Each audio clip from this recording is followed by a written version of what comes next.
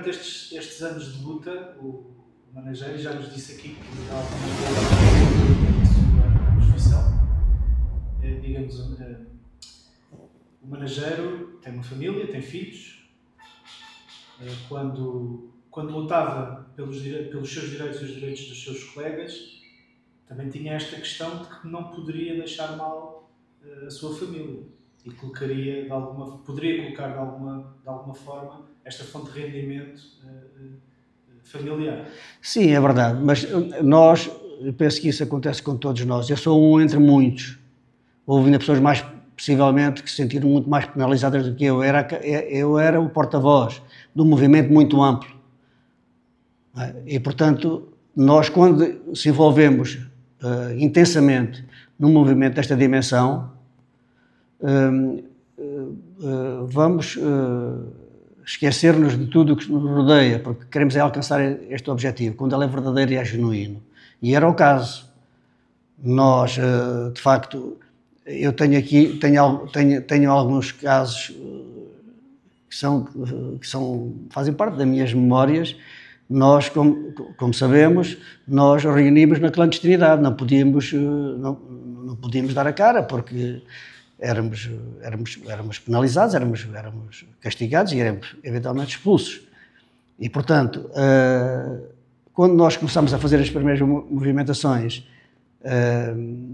e isto eu vou dizer também nos dá um certo alento depois, quando nós começámos a fazer as primeiras movimentações para conseguirmos alcançar, por exemplo, o fim do RDM e um regulamento disciplinar próprio que fosse ao encontro das necessidades da disciplina na Guarda e não um regulamento que fosse transcrito do Exército para aqui, para a instituição, porque o exercício das funções são distintos.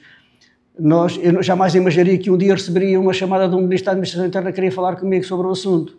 Isso, de facto, são elementos que nos depois também impulsionam, também nos dão um alento e nos dão coragem para perseguir, é porque eventualmente nós estamos no caminho certo. Isso aconteceu uma vez com o Dr. Jorge Coelho, que foi um indivíduo realmente extraordinário.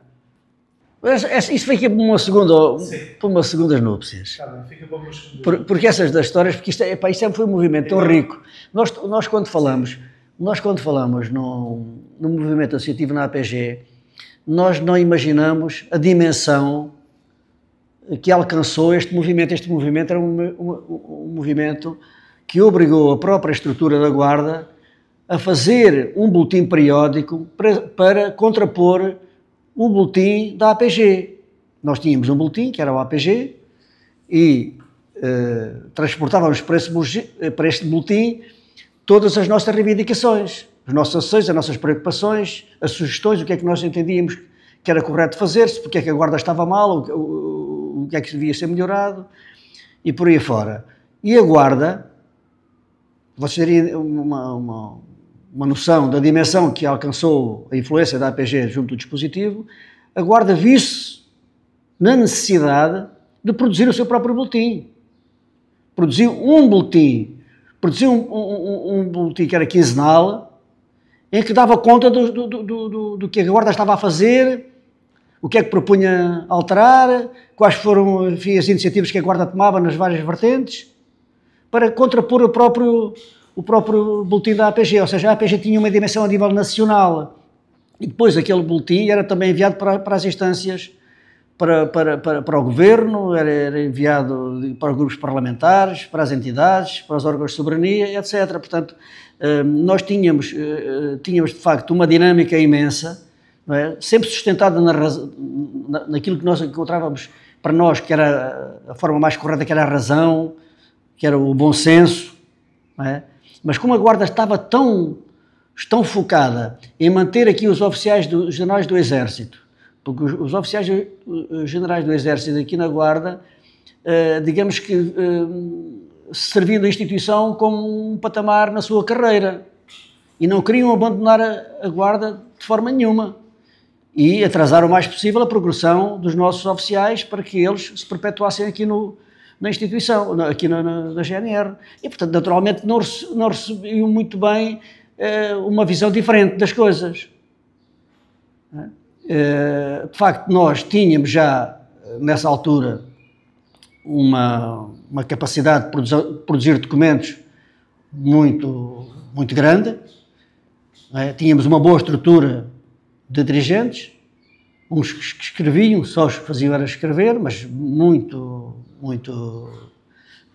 atentos e muito atuais sobre os vários aspectos na área da administração interna, e naturalmente que isso trazia algum incómodo para o comando da Guarda. Mas lá está, isto foi um processo que demorou anos até se chegar onde se chegou, à legalização do associativismo. E foi o associativismo que veio, digamos assim, pôr fim aos imensos processos disciplinares que existiam na altura. Porque a própria lei do associativismo contemplava o artigo em que todos os processos de natureza disciplinar movidos por causa associativa deviam ser arquivados. E foram arquivados todos os processos. Foi aí que terminou o meu processo e de muitos outros dirigentes, não é? Que tinham os processos praticamente de afastamento da Guarda e que viram os seus processos, digamos assim, arquivados por força da própria lei da Assembleia da República. Mas ainda assim houve alguns desses processos que chegaram ao tribunal. Houve, não houve nenhum processo. Não houve nenhum processo que chegasse ao tribunal, porque os processos morreram, digamos assim, com a publicação da lei do associativismo, onde, digamos que, extinguiu os processos ou arquivou os processos por causa associativa. Falou aí na capacidade de produção de panfletos e revistas e do boletim da APG. Há uma história que ouvimos nos corredores da APG reiteradamente e várias vezes, que é uma história de uns panfletos que foram atirados em pleno comando geral no Carmo. Pode-nos contar essa história, ou pelo menos aquilo que sabe ou que se lembra dessa história? Aquilo que de facto aconteceu foi que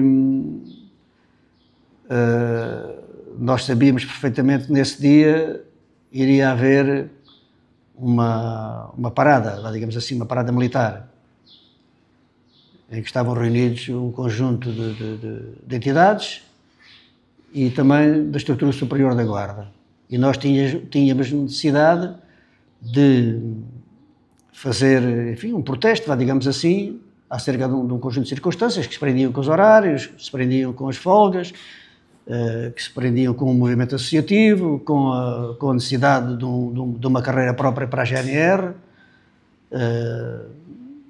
e entendemos que essa era a altura própria para utilizarmos esse momento, para distribuirmos esses documentos, e então foi assim que enviámos das janelas do Carmo para a parada um conjunto de documentos que tinham sido impressos previamente e que depois voaram ali por todo lado no meio dos convidados e toda a estrutura que ali estava reunida. Aquilo foi de facto uma coisa impressionante.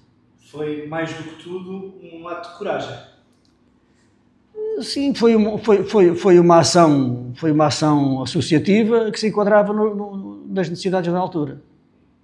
O que aconteceria aos profissionais que atiraram esses panfletos?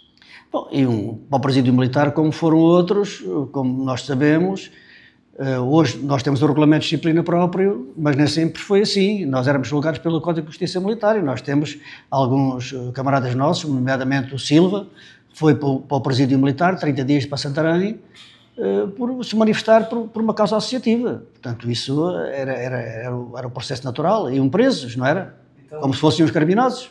Iam presos por atirar panfletos? Sim, íamos presos por atirarmos panfletos sem autorização.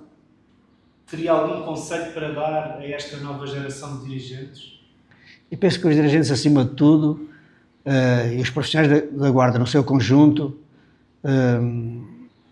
têm que ter a consciência que só uma associação forte, uma associação organizada, responsável,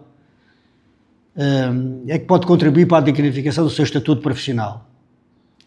Nem sempre só o vencimento é condição de melhoria do nosso estatuto. As condições de trabalho, a dignificação das funções, variedíssimos aspectos que prendem com o funcionamento diário da instituição, são questões de natureza fundamental para que as pessoas se sintam um profissional realizado e para que consiga contribuir para uma boa dignificação das suas funções e também para um bom serviço prestado às populações. Considera então, como já disse atrás, o sindicalismo é o caminho? Eu penso que sim, que todos nós consideramos que uma associação que não tem capacidade, não tem, digamos, enquadramento legal para ter delegados associativos, uma associação que não tem direito de negociação, é uma associação que é tolerada e basicamente aquilo que faz é transportar ao poder político e às estruturas hierárquicas da Guarda, digamos assim, os anseios e as preocupações. Mas nós queremos mais do que isso. Nós queremos ter direito à negociação coletiva e nós queremos ter direito a uma participação negocial séria e honesta para que possamos, dessa forma, através desta via, digamos assim, dignificar o nosso estatuto e as nossas funções. Penso que, neste momento, a grande necessidade que a APG tem e se eu tivesse a oportunidade de falar com um ministro que tivesse aberto a uma solução desta natureza, ou um político que tivesse influência para poder alterar, neste momento, o estado de coisas na GNR, portanto, uma das primeiras questões que eu acho que era fundamental era a alteração da lei do associativismo. Nós, neste momento, estamos a ser absolutamente prejudicados relativamente às outras congêneres, desde logo porque a nossa cotização não incide sobre o nosso IRS, a disposição sobre o nosso IRS. Outra questão fundamental tem a ver com o processo de negociação. Nós não temos direito à negociação e nem sequer direito ao delegado associativo. O que significa que deixa os profissionais nas várias unidades da Guarda afastados, digamos assim, dos dirigentes que podem, de alguma forma, transportar os seus anseios e as suas preocupações para a Direção Nacional. Se tivesse a oportunidade de deixar uma mensagem aos profissionais da GNR que ainda olham com desconfiança para o associativismo, o que é que lhes diria? Eu diria para não terem medo, porque muitas das pessoas que não vêm às associações é por medo, porque ainda existe hoje dentro da instituição um receio imenso de serem prejudicados na sua carreira e serem penalizados de alguma forma por fazerem parte de uma associação, porque há sempre ainda aquele medo da perseguição. Eu penso que não devem ter medo, porque foi graças à coragem e à determinação dos dirigentes que nós hoje podemos dizer que temos uma associação. Porque se assim não fosse, ainda estávamos todos ainda com o RDM, sem folgas, a conhecer a escala só às 17 horas para o dia seguinte, e etc, etc, etc. Portanto, é inquestionável a importância que teve no direito à organização coletiva, tanto nas Forças Armadas como nas Forças de Segurança.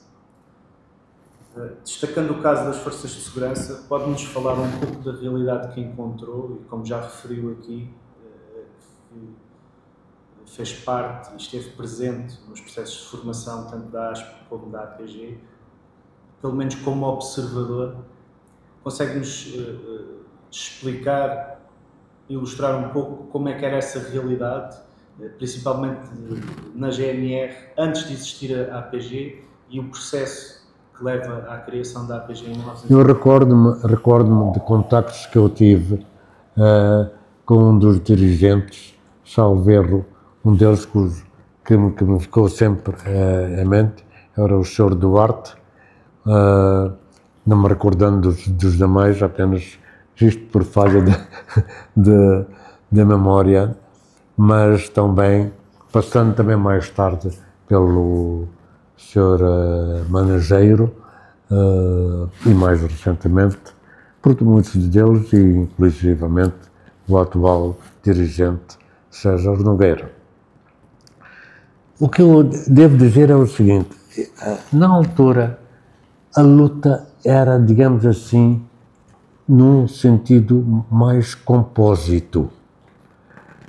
É certo que a iniciativa decorria particularmente e com uma grande movimentação através da Comissão Pró-Associação Sindical da PSP. E tabelarmente, lado a lado, desenvolviam-se estes outros movimentos. Mas o que dava mais na vista era a ASP, o movimento da Associação Policial. Porquê? Por uma razão muito simples. A GNR era muito militarizada. A PSP também o era. Simplesmente, porventura, o peso do militarismo dentro da GNR impedia os seus dirigentes a movimentarem-se com aquela permeabilidade que já existia ao nível da PSP. É que da PSP havia já elementos constituídos, quer do Porto, do qual eu me recordo inclusivamente o Alberto Torres. Em Lisboa era o comissário Santinhos. Eu recordo-me inclusivamente do comissário Santinhos vir a ser punido disciplinarmente. Até eu acompanhei quando ele foi, entre aspas, desterrado para Bragança. E, no entanto, nesta altura,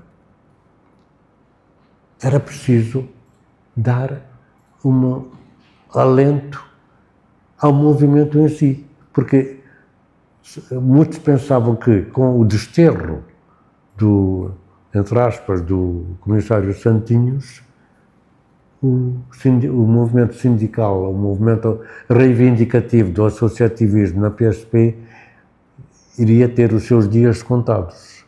Mas não era assim. E aqui é que vem uma certa ousadia da minha parte.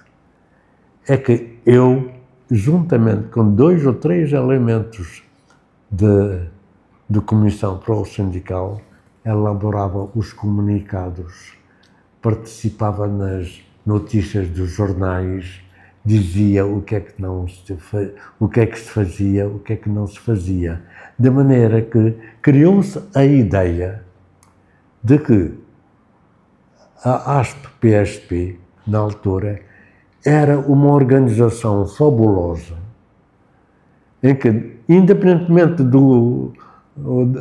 da ida dos Santinhos para Bragança, já existia uma outra organização que substituía logo as coisas para a frente. E é este elan que também foi um motivo propulsor para a ASP, para a APG e também os movimentos dentro do setor militar começarem a frutificar e também reivindicar os seus direitos. Porque a coisa era assim. O problema é que existia uma Constituição da República.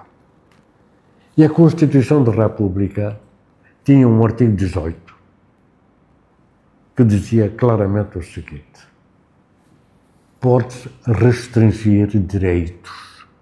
Esta é que era a ideia. Pode-se restringir direitos. Ora, restringir direitos não é proibir direitos. Esta era a grande mensagem que eu, na qualidade de jurista e magistrado, sempre quis transmitir aos associativismos. Portanto, o direito de associação, o direito de reunião, que a Constituição da República sempre defendiam e que tinham nos seus articulados, eram direitos sagrados, constitucionalmente consagrados e que tinham que ser respeitados. Agora, tratando-se de certos organismos, podiam eventualmente ser restringidos. O que é que os militares faziam? O que é que as estruturas dominantes policiais faziam? Transformavam essas restrições em proibições, o que era proibido pela própria Constituição da República. E quanto mais militarizado fosse o peso de um determinado organismo, pior era. E era isto que acontecia justamente dentro da PSP e dentro da GNR. E daí a razão porque mais tarde, portanto, até era lógico que os movimentos da PSP e da GNR pudessem surgir concomitantemente, mas não aconteceu assim. Surgiu talvez um pouco mais tarde, mas com o mesmo vigor, com a mesma capacidade, com a mesma vontade de alcançar e valorizar os direitos que a Constituição da República Portuguesa lhes reconhecia. Como sabe, a APG-GNR defende o direito à organização sindical. No que respeita à GNR, o que pensa que deve e ainda pode ser conquistado e em que moldes? Agradeço esta pergunta porque é muito importante. Na sequência dos movimentos que ocorreram, e é isto que eu quero mostrar, a interligação entre o movimento sindical, o movimento associativo profissional da PSP e da GNR. Quando foi do movimento associativo na PSP, logo a seguir ao célebre acontecimento de Secos e Molhados, que ocorreu, salvo erro, portanto, em abril de 1989, era, nesta altura, Primeiro-Ministro Cavaco Silva e Presidente da República, Mário Soares. Dá-se este movimento de Secos e Molhados, não interessa agora entrar em grandes pormenores sobre como é que decorreram, e aquilo foi mesmo uma situação trágica e comédia ao mesmo tempo, mas extremamente grave do ponto de vista constitucional e de direito. Mas, portanto, nesta ocorrência de Secos e Molhados, surge então o movimento dentro da própria Assembleia da República, onde surgem duas teses. Uma, no sentido de que a PSP devia ser reconhecido o direito sindical. Isto era defendido pelo Partido Socialista e pelo Partido Comunista Português. E outra tese de que só se devia ser reconhecido um associativismo deontológico. Veja bem a diferença entre uma e a outra. Este defendido pelas estruturas, entre elas, do PSD. Não sei se na altura era PSD ou se era BPD ainda, não faço ideia, mas e CDS. Portanto, eram estas duas estruturas, uma extrema do sentido de direito sindical, a PSP, e outra de deontológico. Como quem diz, o direito sindical era representativo, o direito deontológico era, queria fazer um piquenique, sim senhora, fazia um piqueniquezito e tal, conversava-se muito bem e o resto Deus dará, como se costumava dizer. Pronto, mas de qualquer forma, foi desta conjugação destas duas tendências que surgiu anomalamente, eu digo anomalamente, a figura da associação profissional, que nem, portanto, sindical, nem deontológico, surgiu a associação profissional reconhecida a PSP.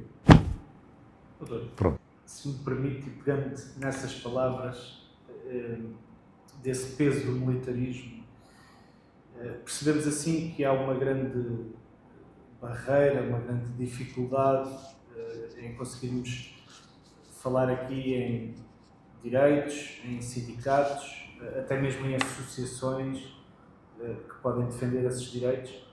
Na sua opinião, o que é que está por trás destes muros que se levantam?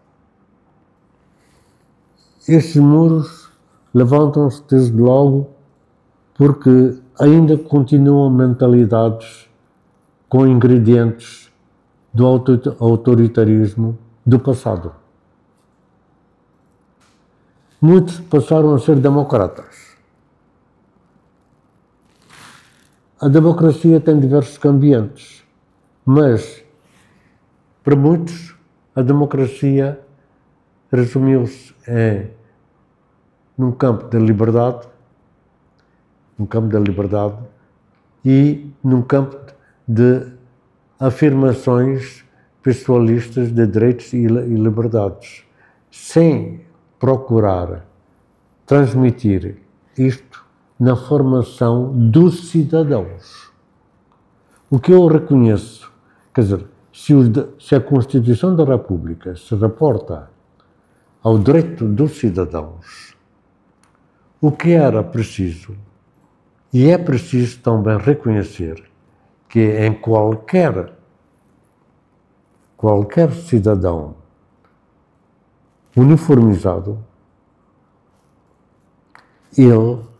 ou melhor, qualquer funcionário ou agente militarizado, uniformizado, ele também é cidadão. É por isso que uma das formas que foi descoberta e que nós temos andado sempre a difundir é o cidadão em uniforme. O cidadão em uniforme, se o cidadão em uniforme, que é a PSP, que é a GNR, que são os militares, tem a obrigação de defender os direitos e liberdades e garantias dos outros cidadãos, vai-se